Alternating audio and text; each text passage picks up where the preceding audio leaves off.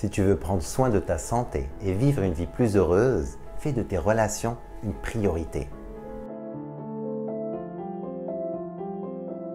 C'est une des études les plus longues qui s'est faite sur le bonheur, l'épanouissement personnel et la santé. Elle a débuté en 1938. Elle a été menée par un psychiatre américain et professeur à l'université Harvard, le Dr Robert Waldinger. Avec son équipe, ils ont suivi pendant plus de 80 ans le parcours de vie de 724 hommes et leurs 1300 descendants.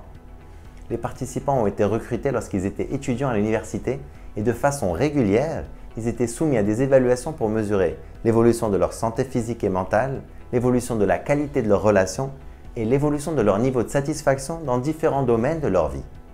L'objectif principal de l'étude était d'examiner les facteurs qui contribuent au bonheur et à la santé tout le long d'une vie. Les résultats de l'étude ont été présentés dans le cadre d'une conférence TED, qui est d'ailleurs parmi les TED Talks les plus partagés, les plus visionnés, avec il me semble plus de 40 millions de vues, où le professeur Waldinger explique qu'avoir de bonnes relations, plus que l'argent ou la célébrité, sont le principal indicateur du bonheur et du bien-être à long terme.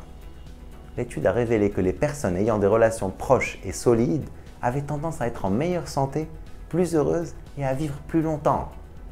Les personnes qui ressentaient de la solitude et de l'isolement avaient plus de soucis de santé et elles étaient nettement moins heureuses. Cette étude nous rappelle l'importance d'investir dans nos relations et de cultiver des liens profonds. C'est la clé pour être plus heureux et en meilleure santé. Malheureusement, on vit dans une société qui tend plutôt vers l'isolement. On est chacun sur notre téléphone. On est tous très sollicités, très occupés, très distraits. On ne donne pas la qualité d'attention nécessaire et on ne prend pas le temps de cultiver des relations profondes et significatives. Le plus souvent, on donne priorité à finir un travail plutôt que d'aller passer du temps avec ses amis ou sa famille. Aussi, on manque cruellement de compétences sociales. On ne nous apprend pas à écouter, on ne nous apprend pas à développer l'empathie, ce qui fait que les conflits sont très fréquents. On le voit clairement avec le taux de divorce qui ne cesse d'augmenter.